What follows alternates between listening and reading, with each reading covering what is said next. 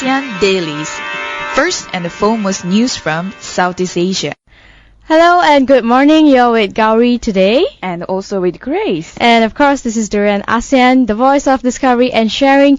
And the time now is 8 o'clock, which means it's time for our ASEAN Daily, where Grace and I are here to bring you news from all over Southeast Asia. Yes. So, you've heard of the phrase, right? Once in a blue moon. Yes. And guess what? We're gonna see. Yeah, it's about to literally happen now. But the surprising part is blue moon is not blue. that's true as well. So this alleged blue moon will be happening tonight on July 31st, and like you mentioned, the blue moon isn't actually blue. But are you actually looking forward to this? Of course. Personally, I'm very into space, science, and including moon as well. So I do watch moon the changes every night, looking at the sky. And when I saw this news, it was just yesterday that the blue moon will happen tonight. And I'm pretty excited to watch this scene because it's rare. It doesn't come all the time. So how the eclipse happens, blue moon is also literally once in a blue moon time. Exactly. And typically when a moon does take a bluish hue, it's because of smoke or dust particles in the atmosphere, such as during volcanic eruption, for example. And the dark blue tone of an evening sky can also affect the coloring we perceive. So it really depends on the sky and the color that's reflected from the sun and how it looks on the moon. And of course, it doesn't come from the moon itself. And they also say that the phrase once in a blue moon was actually coined because this blue moon is so rare. But of course it does happen. And the most recent blue moon was reported in Edinburgh, Scotland, back in 1950 by a very long time ago. Exactly, once in a blue moon. Yeah. And this was reported by astronomer Robert Wilson of the Royal Observatory, who recorded the event and said that the moon was blue in color because the satellite's light was traveling through a patch of clouds that had particles of smoke and ash, like we were mentioning earlier. It's amazing, and I hope all these observers will be able to catch this amazing scene tonight. And don't forget, I mean, when you watch moon, try to, just try to get the best scene, as in like sometimes the moon will be on the other side of your head. Exactly, the other side of your apartment even, and you'll never know and you'll be like, where's this moon that everyone's talking about? So if you can, take a picture of that moon, put it on Instagram. You can tag Durian ASEAN as well. That's a good one. And you should catch the moon tonight because the next lunar event like this will not happen again until January 2018. So that's not too long. It's about 3 years ago. But hey, why would you wait for 3 years to catch something that you can tonight? Exactly. So we have a breaking news that just came in from Laos. Apparently, a military chopper just crashed and more than 20 people are missing after the helicopter came down in poor weather early this week, the state media said on Wednesday. And also, the Ministry of National Defense mentioned the accident occurred shortly after about in afternoon 1 p.m. as the chopper traveled towards the northeastern provinces of Siang Kwang and also Hoang Pham, the official Lao news agency reported. And it's quite worrisome because 20 people just went missing. Right. After that helicopter just crashed down, and I hope that it isn't another news when it comes to aviation industry. And the helicopter actually lost communication with the aviation control center just after a short time when it left the Vientiane capital with 4 crew members and 19 passengers on board, which makes up 23 people. And the rescuers have been sent to conduct a ground search, and they've also arranged for an aerial search, but that was called off because of bad weather conditions. But this will resume as soon as the weather recovers. And the Lao Ministry so far has not yet responded to the AFP request as to what is the furthest development from this story. And since 1950s, just a little update, Laos has had a total of 32 fatal air accidents, and this will be the most recent one according to the Aviation Safety Network. Right. And let's move on to our very own Malaysia. Of course, last night, if you notice, not at night, pretty much throughout the whole evening, there were these two particular photos that were being shared on social media, especially on Facebook, that went very viral. And they were using the hashtag Tangkap Najib. Which is a call to arrest our Malaysian Prime Minister. But it seems that this was not exactly drafted by the Attorney General's chambers. It was just created by some people who wanted to create a chaos. And apparently that the particular phrase was in the top 5, if I'm not mistaken, Twitter as well as the social media, like you mentioned. So thus it went very viral. But in fact, Malaysia's Attorney General's chambers had denied that it had drafted or issued a discharge suit against the Prime Minister Najib Razak, which was disclosed by whistleblower site Sarawak Report. And also in the report, the agency had published a draft of the charge purportedly done by the former AG Abdul Ghani Patel against the Prime Minister and also company director of the firm linked to a troubled state investment firm, 1MDB. I mean, 1MDB, I will say it is very controversial issue. It was sensitive issue. Now it has come to controversial issue that, well, people can debate, but we can't really raise our voice anymore. In fact, there will be a lot of social movements happening in the coming weeks, but we also need to see how far we can sustain with our voices and also all these movements going on. That's right. I mean, the whole reason these two photos were circulating was a response, actually, a huge outcry to the cabinet reshuffling and the fact that the 1MDB probe has been frozen or put on hold, and people are not happy about that, and they feel like the real culprit here is actually our Prime Minister, and how come everyone else is being arrested or sacked and he's still on the loose. And that was one of the main key points which was in the image as well, that calls for the arrest of our Prime Minister. And you mentioned that there were a few events happening, so there will be one happening this Saturday as well. Of course, I don't know how successful it's going to be because we're talking about our Prime Minister here, but a group of people have gotten together and they seem quite determined about arresting our Prime Minister, and like I said, also using the hashtag Tangkap Najib. So whether it happens or not, I do hope that the Prime Minister will at least hear the voice of the people and listen to what they want and at least come clean, because at the end of the day, they just want to hear the truth. So if you think that whatever that's going on right now on all the news portal is lies, then please come forward and tell us what's really going on here, because I think that's all the people want. And let's take a short break, and then we can come back and talk more about what's happening in Indonesia. Sure.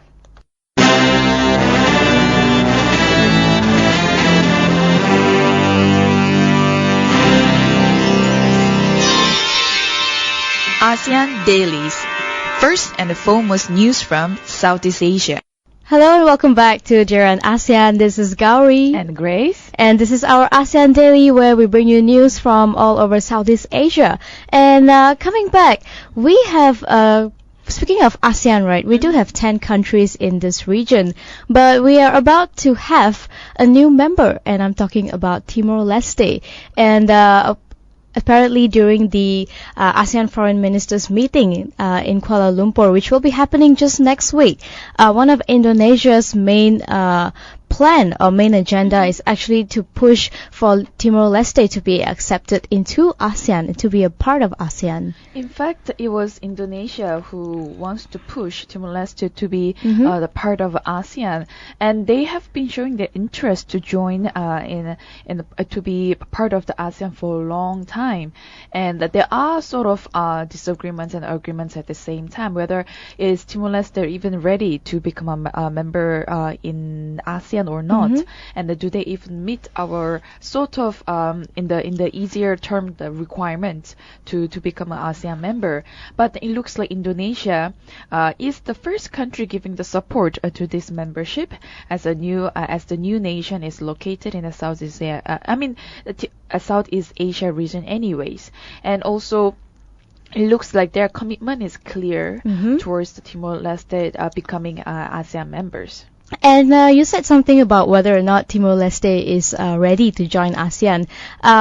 Well, they may still be a poor country and have some internal problems within them, but I think as a nation, according to the news from Brunei Times, they are ready, according to the officials, that they are actually in the final stages of trying to prepare the country to join ASEAN. And they also said that we're actually ready anytime to join ASEAN, and we would like to do our part to contribute to the region and to help out with the economy as well. And they also said that they have fulfilled all the requirements set up by ASEAN. So for them, they're actually ready to join us anytime. And although last month ASEAN leaders accepted them to participate in some meetings actually, and that seems to be a good sign and also a positive progress for Timor-Leste to join ASEAN. And whether or not it's a good thing, well, according to the diplomat, ASEAN actually does need Timor-Leste, and it is, like I mentioned, the president admits that it's a poor country, and he notes that they will still be able to hand out cash to support victims of natural disasters, and they have done it in Indonesia, Burma, China, Haiti, Brazil, and even Australia, and they have donated close to $5 million over the past 3 years, and it seems like they are actually not doing too bad economically. And since gaining independence back in 2002, they have made a lot of progress in terms of infrastructure, and it seems that rejecting Timor-Leste would probably be a mistake for ASEAN, and hopefully that can be discussed next week during the ministerial meeting. But at the same time, it is also important for all those ASEAN members to agree to accept Timor-Leste as a true member in ASEAN. Because when you talk about ASEAN, there are certain issues that we have not even solved, and by having Timor-Leste, would it be better, or would it even solved, or will it even get worse? I mean, though we still have a lot of questions, and but at the same time there were efforts and commitments that were discussed how to get Timor-Leste into ASEAN by 2020 and so on. So hopefully we get a positive news, and of course Timor-Leste has been expressing themselves as they are always ready to join ASEAN since last year even. So we'll see how it goes like, because Timor-Leste is still on the ASEAN waiting list. That's true. And like you mentioned, we already have 10 countries in this region, and as it is, there's already a lot of complications within us that we have not been able to resolve. Can we really handle another country coming in with all their differences? And Singapore as well is not too enthusiastic about Timor-Leste joining ASEAN, because they feel like that will further increase the challenges and complexities of the ASEAN membership. And they also actually called Timor-Leste or ASEAN itself as still poor and fragile, and that Timor-Leste coming in could affect the stability of ASEAN as as an entity by itself. But the fact remains that Timor-Leste is around here, and of course, being ASEAN, we want to include all the Southeast Asian countries together. And moving on, we have a news of cabinet reshuffling, not in Malaysia but Indonesia. So it's interesting because I think this whole week there's been 3 countries that talked about cabinet reshuffling, and earlier this week was Thailand, followed by Malaysia, and now we have Indonesia, but all 3 for completely different reasons as well. Well, there is always reason why there is a cabinet reshuffling, and then according to Joko Widodo, who is the president of Indonesia, he's been wanting to have this cabinet reshuffling for a long time, just because he really wants to have a people who he can trust, and also function as a true politicians in that one country. And a lot of questions are raised, but in fact about 2 months ago, like I mentioned, that Jokowi would replace and reassign his ministers before and or after the Raya holiday, which fell on this July 17th. And also Vice President Yusuf Kala's repetitive remarks on the cabinet revamp was quite prominent, and it was quite significant to emphasize the cabinet reshuffle. And it seems that in Indonesia, it's more of a positive reason. The reason for that, like you were saying, he wanted to hire more people that he can trust in the government. But apparently there's some research done by a local newspaper in Indonesia called Kompas Daily. And the reaction towards Jokowi's administration has actually been quite positive. A lot of people are appreciative towards his performance, his efforts, what he's been working on so far, and they have also been showing signs of stronger loyalty and stronger connection to the party, or what Jokowi's policies as well, that they are actually very encouraged and they feel good about it. But even then, because of the country's economic slowdown, it seems that Jokowi feels like it is necessary for them to have a cabinet reshuffle, at least for a few important portfolios. And I think the same thing happened with Thailand earlier this week, when Prayut Chan-o-cha surprisingly came forward and admitted that Thailand is not doing so well economically, and he has no choice but to actually reshuffle his cabinet and especially replace the finance ministers. And of course, we also had a cabinet reshuffling in Malaysia, which happened over. Most of the newspapers reported it, saying that it happened over a financial scandal, which is of course 1MDB, and we have yet to resolve that yet. So hopefully this cabinet reshuffling, people are actually waiting for it to happen in Indonesia. So we will wait for the updates and see whether it works out, on whether the people agree with Jokowi's new choices.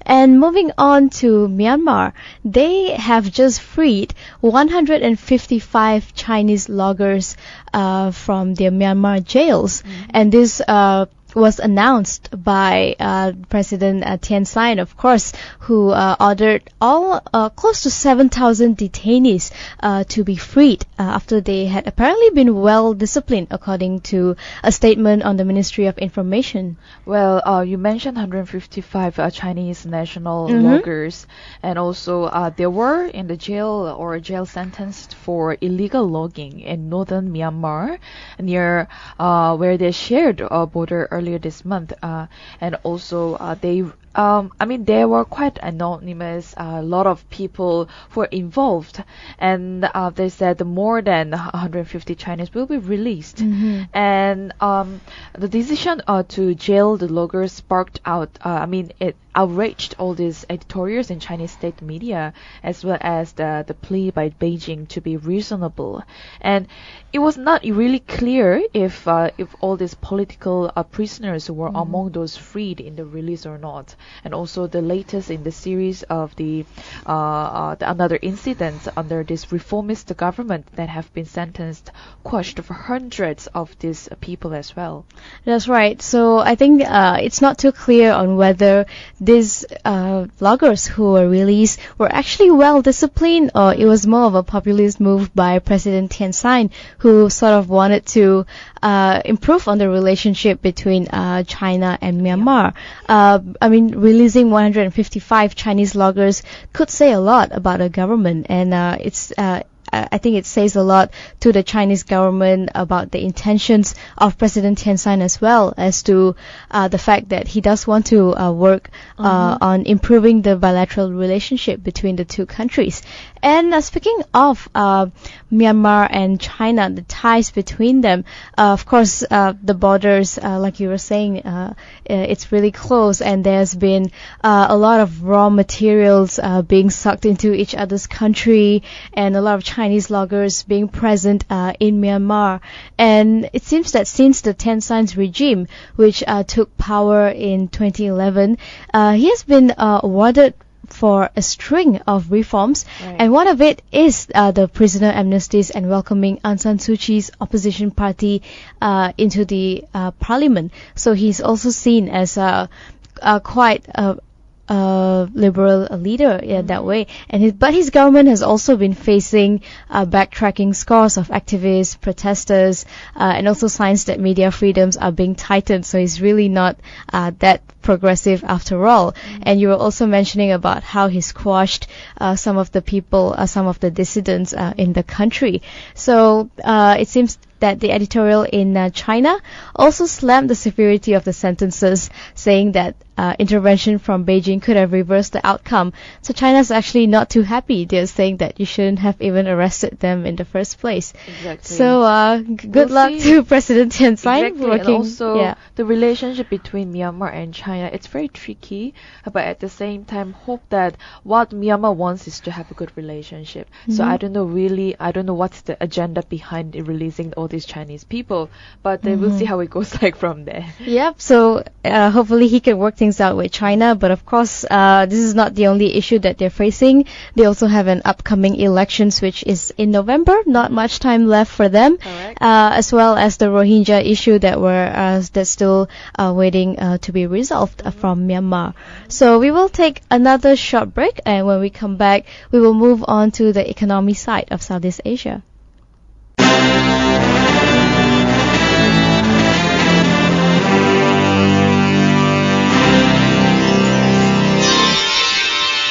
ASEAN Dailies. First and foremost news from Southeast Asia. Hello and welcome back to Durian ASEAN. You're with Gowri. Hi, this is Grace. And this is, of course, the ASEAN Daily on Durian ASEAN. And we are here to bring you more news from all over Southeast Asia. And for this part of our ASEAN Daily, let's turn the spotlight into the economy side and to this venture called the Golden Gate Venture that has just unwrapped $50 million of funding for Southeast Asia. That sounds like some pretty good news, doesn't it? Very. In fact, the Golden Gate Venture is a company, and they started in 2011, and they have invested in over 25 companies across more than 7 countries in Asia.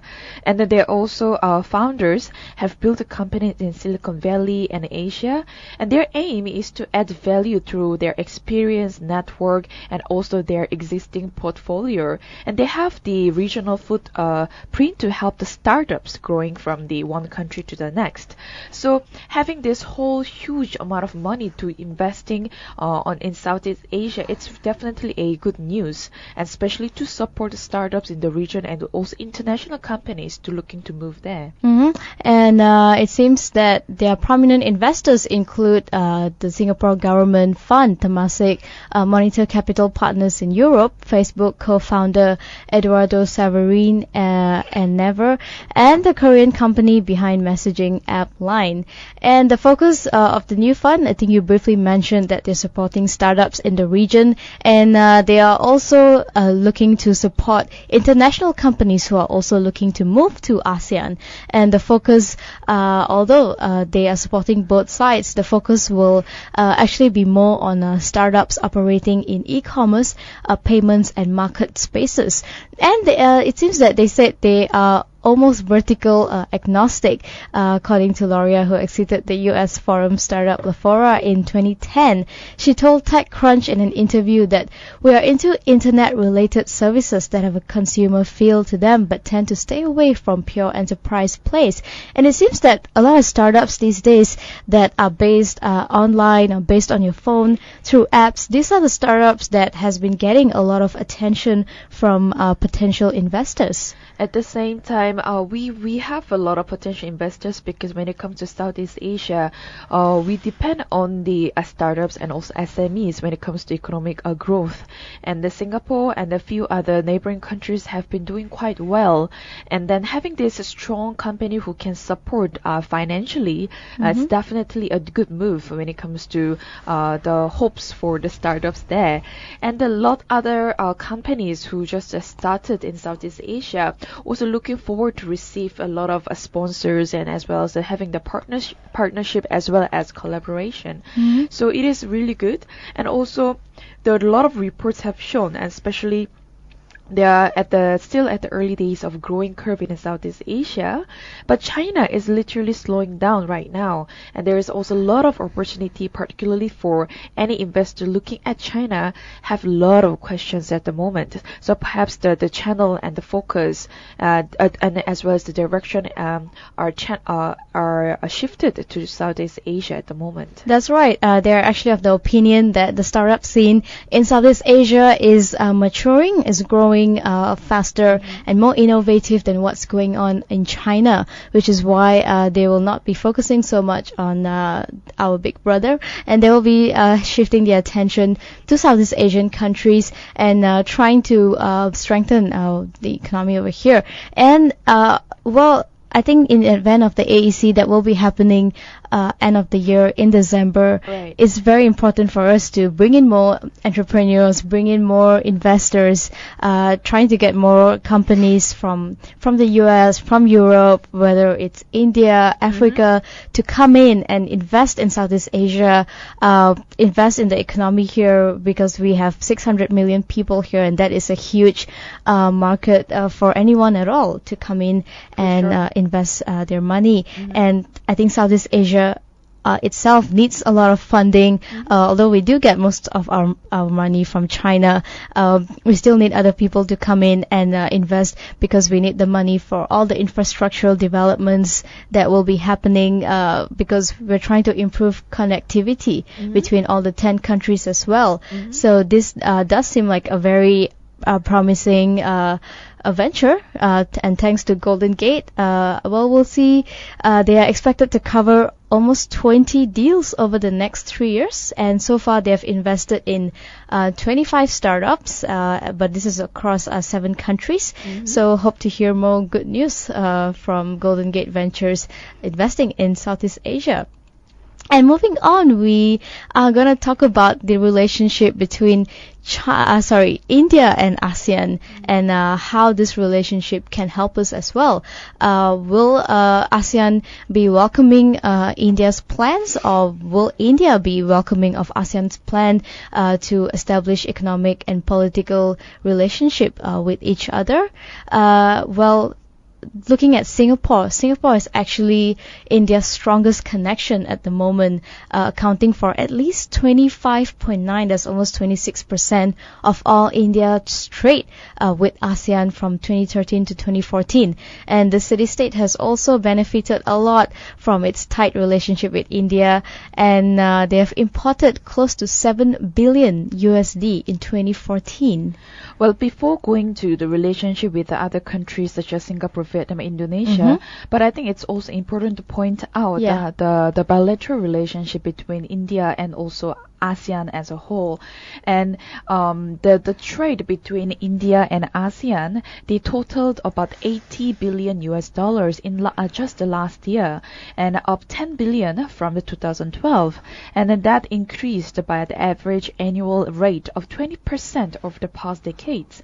So this large portion of this India and also ASEAN's this economic and political relationship, we can divide into two things. One one is India's Act East policy, which reaffirms the India's plans to engage more sustainability with economic ties with Southeast Asian neighbors. And the other one is rising business optimism with ASEAN, because India is also one of the gigantic country, not only by the population, but when it comes to economic state, I almost say he, but Indian. India has the great potential when it comes to the economic states. So when it comes to business, trade, or optimism, the relationship between India and ASEAN, we can have the great deals and also build up to have the great chemistry and also relationship. So this was outlined in the latest ASEAN Business Optimism Index by Dunn and Bradstreet, if you want to look for more information. So then, like you mentioned, Gowri, when it comes to Singapore, you mentioned a few facts about that. And they've been having pretty healthy trade relationship, and the Singapore, India, and they've been enjoying quite this diplomatic political history as well. And the Singapore and India, again, they strengthened this defense partnership as well. And they recommitted to the practice of joint military training exercises. And I think the relationship between India and India and Indonesia has also grown quite well in the recent years, especially after signing the double taxation agreement in 2012. And Indonesia of course, accounts for 38% of ASEAN's total GDP. And by working with India, of course, they will gain significantly greater access to Southeast Asian economy, and they can tap into the potential that we have over here. But to give it a conclusion, I think it still remains for us to see how exactly can the whole ASEAN region, because just now we only mentioned 3 particular countries, but how can the other countries also step in, respond to India's initiatives, and try to work together to improve their economic and political relations. And after all, I think when it comes to relationship between 2 countries or 2 organizations or 2 continents, it'll probably be very beneficial for either party because you can complement each other. For sure. And let's take another short break, and when we come back, we will discuss the arts and culture side of Southeast Asia.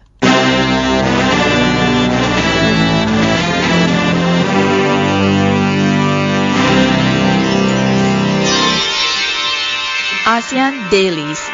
First and foremost news from Southeast Asia.